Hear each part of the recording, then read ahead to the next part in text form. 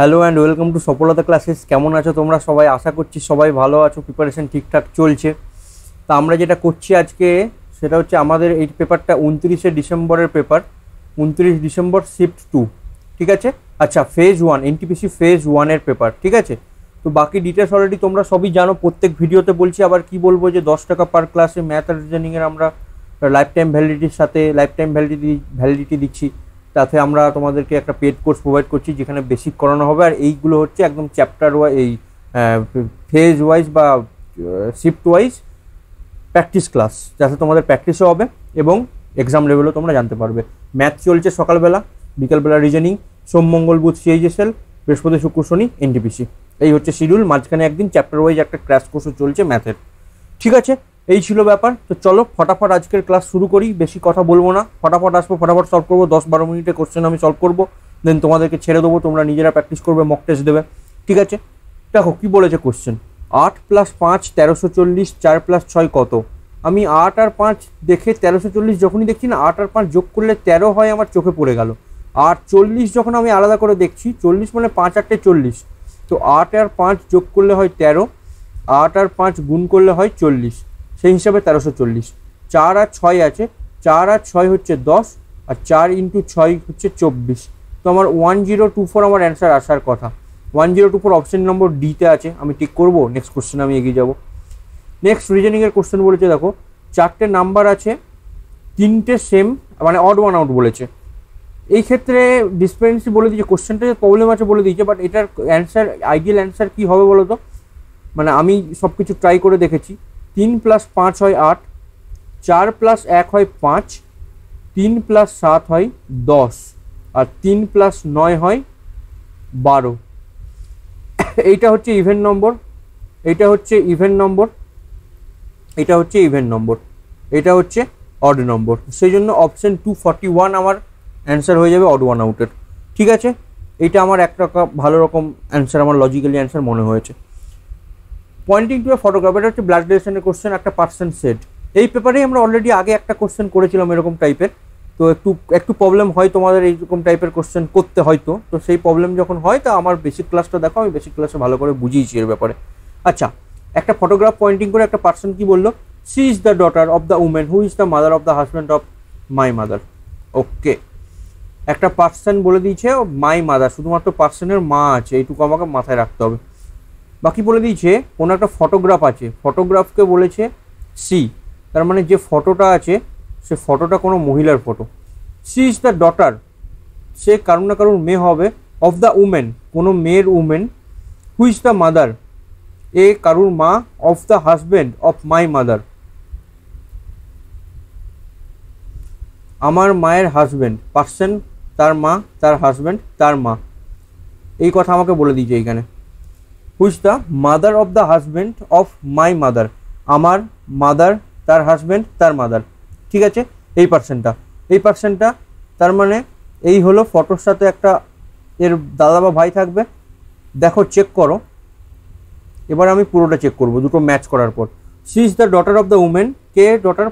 Photo, photo is the daughter of a women, কোনো উমেনের daughter, ঠিক আছে? কোনো উমেন। এইটা হু is the mother of the husband of my mother, আমার মা হাজব্যান্ড তার মাদার, তার মানে অপশন আমার মিললো, অপশন মিললো মানে ম্যাচ করে গেল। কি বলেছে, how is the lady in the photograph related to the person, ফটোগ্রাফের যে লেডিটা আছে সেই পার্সনের সাথে কীভাবে রিলেটেড? পার্সনের যে বাবা, তার বোন বা দিদি, তো আমার আন্টি হবে, aunt, option D official answer আমাকে আন্ট বলে দিয়েছে।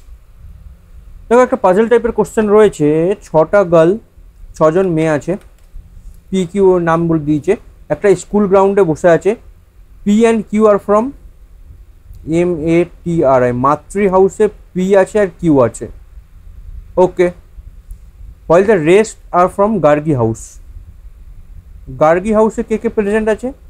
রেস্ট মানে হচ্ছে PQ আর UVW, PQ এখানে আছে, আর UVW, এই 4জন প্রেজেন্ট আছে এইখানে। U and W are short, U আর ডাব্লু হচ্ছে শর্ট, ইউ আর ডাব্লু হচ্ছে short. While the other girls are tall, other girls কে হচ্ছে PQ আর V, এরা হচ্ছে টল। P আর ইউ ওয়ারিং ক্যাপস, P আর ইউ এরা ক্যাপ পরে আছে, okay, while others are not. তো আমি গোল যাদেরকে করলাম তারা ক্যাপ পরে আছে, যাদেরকে গোল করা নেই তারা ক্যাপ পরে নেই। হুইচ টল গার্ল, শর্ট মানে ইউ আর ডাব্লিউ আমাকে ধরতে, which tall girl from Gargi house is not wearing a cap, short girl আমার কেটে দিলাম, তার মানে ইউ আমার আসবে না অ্যান্সারে। আমি কালারটা 1 মিনিট চেঞ্জ করি। কে বলে দিচ্ছে হুইচ টল গার্ল, তো আমাকে দেখতে হবে লম্বা গার্ল গার্গি হাউস ক্যাপ পরে নেই, এই 3টে ক্রাইটেরিয়া। লম্বা গার্ল তো পি কিউ আর ভি এর মধ্যে কেউ হবে, পি কিউ আর আর ভি এর মধ্যে কেউ হবে। ইউ আর ডাব্লিউ শর্ট, তো ইউ আর ডাব্লিউ আমি কেটে দিলাম, এই দুটো হবে না। গার্গি হাউসের বলে দিচ্ছে, তো গার্গি হাউস মানে আমার মৈত্রী হাউসের যারা আছে তাদেরকে আমি ক্রস করে দিলাম। Are not wearing a cap, cap পরে নেই, গোল যে আছে সে ক্যাপ পরে আছে, ভি যে রয়েছে ক্যাপ পরে নেই, তাহলে আমার ভি হয়ে যাবে আমার অ্যান্সার। দেখো অপশন 1 নম্বরে ভি রয়েছে, ভি আমার অ্যান্সার হয়ে গেল। নেক্সট কোশ্চেনে আমি যাব। India is related to new Delhi, China is related to, চায়নার যে ক্যাপিটাল সেই ক্যাপিটালের নাম বলো কি হয়। চায়নার ক্যাপিটালের নাম তোমরা জানো, সিওল, কি পিয়ংয়াং, বেজিং আর টোকিও। দেখো জানি আমরা টোকিও হচ্ছে জাপানের ক্যাপিটাল, সিওল মানে হচ্ছে সাউথ কোরিয়ার ক্যাপিটাল তোমরা যদি জানো। তো পিয়ংয়াং আমি জানি না, আই ডোন্ট নো পিয়ংয়াং কার ক্যাপিটাল, আই ডোন্ট নো। তোমরা কমেন্ট সেকশনে জানাবে, তোমাদের বেশ জিকেও তো স্ট্রং করতে হবে, স্ট্যাটিকও স্ট্রং হবে। এই কোশ্চেনটা যদি আবার রিপিট হয়, ঠিক আছে, তাহলে তুমি বুঝতে পারবে বেজিং হচ্ছে চায়না ক্যাপিটাল। তো সেক্ষেত্রে আমার তাই 3 নম্বর অপশনটা আমার হয়ে যাবে একটা ফালতু কোশ্চেন। আচ্ছা, এইটার সাথে এইটা যেমন করে রিলেটেড, এটার সাথে এটা সেরকমভাবে রিলেট করতে হবে। কে ও পিটি, কে মানে 11, ও মানে হচ্ছে গিয়ে 15, পি মানে হচ্ছে গিয়ে 16, টি মানে হচ্ছে গিয়ে 20, এ হচ্ছে গিয়ে 1, ই হচ্ছে গিয়ে 5, এফ হচ্ছে গিয়ে 6, জে হচ্ছে গিয়ে 10। আমি এইটা দেখতে গিয়ে না আমি -10 দেখতে পাচ্ছি, এইটা -10, এইটা -10, এইখানে -10, এখানে -10, তাহলে আমার খুব সহজ ব্যাপার। Q U V Z, Q মানে 17, ইউ মানে 21, ভি মানে 22, জেড মানে 26। -10 করবো আমি সবগুলোর। 26-এর -10 16, 22-এর 10 12, 21-এর 10 মাইনাস করলে 11, 17 থেকে মাইনাস করলে 7। 7 মানে কত, ইএফ জি, জি হচ্ছে 7, 11 হচ্ছে গিয়ে কে, 12 হচ্ছে গিয়ে এল, 16 হচ্ছে গিয়ে পি, জি কে এল পি, জি কে এল পি, জি কে এল পি, জি কে এল পি অপশন 4। ঠিক আছে, ফটাফট সলভ করছি, একদম এক্সাম ওরিয়েন্টেড। দেখো 5 হচ্ছে এইভাবে লেখা আছে, FIVE, 5কে লেখা আছে 5137, RAT, র্যাটকে লেখা আছে 924। তাহলে আমাকে বের করতে হবে FEAR,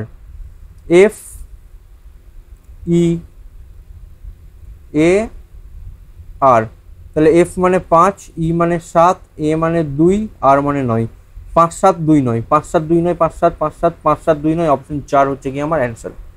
ঠিক আছে, বুঝে যাচ্ছে কোশ্চেন কিভাবে করছি না করছি। দেখো নেক্সট কোশ্চেন আছে অর্ডার র্যাঙ্কিং। এটা আমি খুব সুন্দরভাবে করিয়েছি, সুন্দরভাবে করিয়েছি না সুন্দরভাবে করাইনি এটা তো তোমরা বলবে, আমি নিজের এফোর্ট দিয়েছি সেই জন্য বললাম সুন্দরভাবে করিয়েছি। সুন্দর লাগলো না সেটা তোমরা আমাকে জানাবে।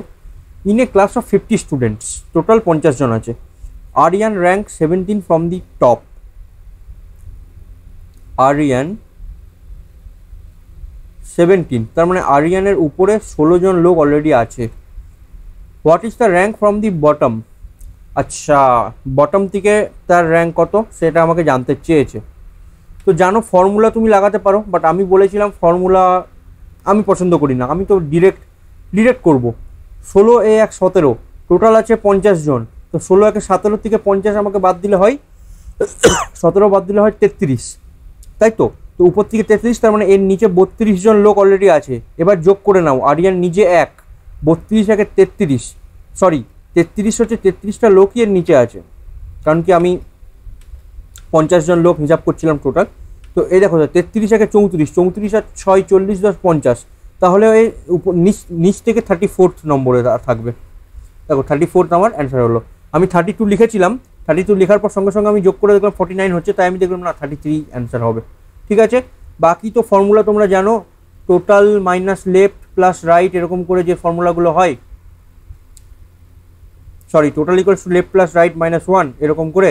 লেফট মানে আমি ধরলাম উপরটা লেফট আছে, লেফটে আছে 16, রাইটে আছে কত বার করতে হবে -1 আছে, তো 16 - 1 15, আর টোটাল আছে 50, 50 থেকে এইদিকে 15 আর 1 এ 14 যদি আমি করি, সরি টোটাল আমাকে বের করতে হবে, টোটাল আছে 50, ফর্মুলা বলছি আমি, লেফট করতে হবে আমাকে, লেফট কত নম্বর থেকে লেফট, 17 নম্বর লেফট আমি ধরলাম, উপরটা লেফট ধরলাম আমি, রাইট আমাকে বের করতে হবে মানে নিচ থেকে, আর -1 17 -1 হয়ে 16, তো 16 আর 50, 50 - 16 ইজ 34, তো রাইট থেকে 34 নম্বরে সে আছে, নিচ থেকে 34 নম্বরে আছে, এই ফর্মুলা দিয়েও আমার বেরিয়ে গেল অ্যান্সার। যাই হোক, 4 of the given out of which 3 is same, তাহলে অড ওয়ান আউট বের করতে বলেছে। Wild cat, tiger, leopard, Fox. আচ্ছা, এই যে তিনটে রয়েছে না, এই তিনটে ক্যাটের প্রজাতি, ক্যাটের প্রজাতি বা ক্যাট ফ্যামিলি থেকে বিলং করে এরা।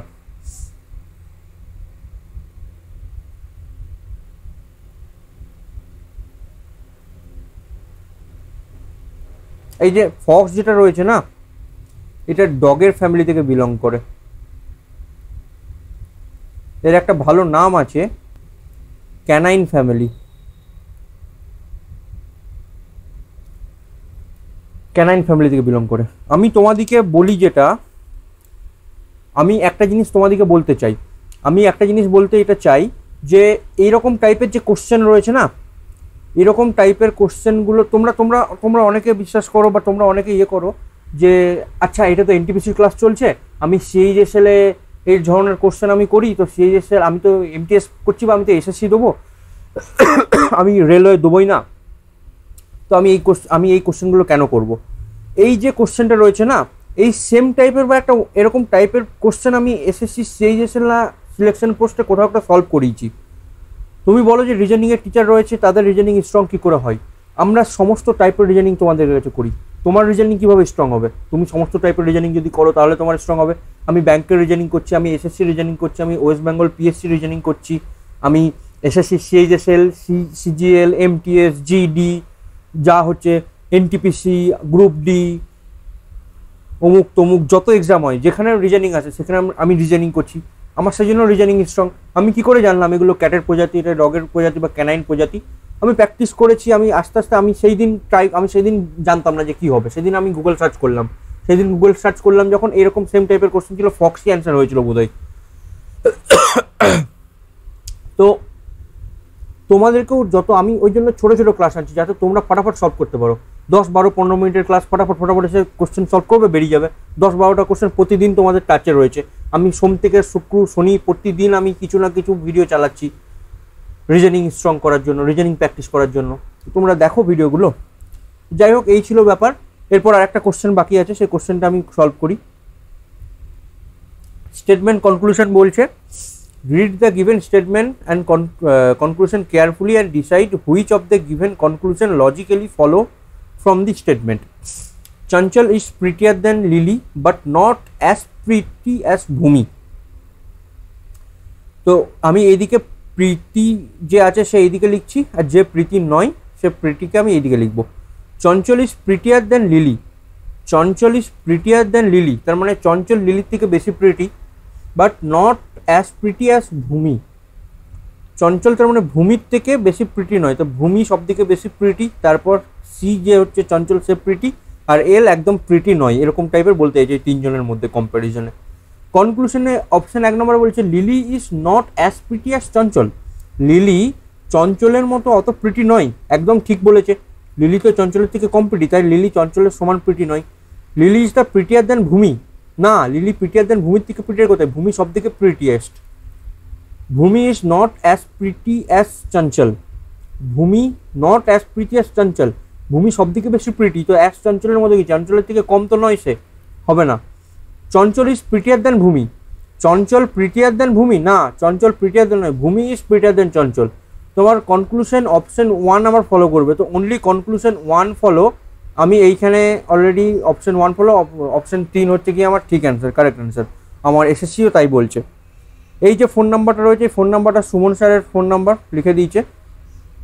আমি আমার ফোন নাম্বার লিখতে গেলে 9563116604, এটা হচ্ছে গিয়ে আমার ফোন নাম্বার। তোমরা কোর্সের ব্যাপারে ডিটেলসে জানতে হলে এই নাম্বারে মেসেজ বা হোয়াটসঅ্যাপ করতে পারো। তো এই ছিল ব্যাপার। তো তোমরা আশা করছি ভালো করে প্রিপারেশন চলছে, আমি যেটা বললাম সেটা মাথায় রেখো, কোশ্চেনগুলো প্র্যাকটিস করো। চলো দেখা হচ্ছে পরের ভিডিওতে, ততক্ষণের জন্য বাই।